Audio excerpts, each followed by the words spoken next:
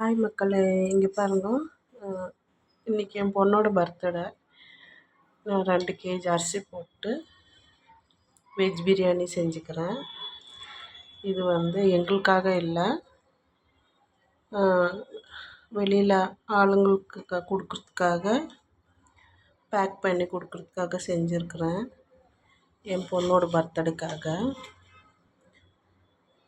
Veg biryani. உங்களுக்கும் எனக்கு அவ்வளோ வசதி இல்லை, இருந்தாலும் சில பேர் சாப்பாடு இல்லாத, ஒரு நேரத்துக்கு சாப்பாடு இல்லாத இருக்கிறாங்கள, அவங்களுக்கு கொடுக்கறதுக்காக நான் இந்த உதவி செய்கிறேன். இது கண்டென்ட்காக பண்ணல, என் பொண்ணோட பர்த்டேக்காக நான் இது செஞ்சேன்னு காமிக்கிறதுக்காக உங்கள்கிட்ட நான் காட்டுறேன்.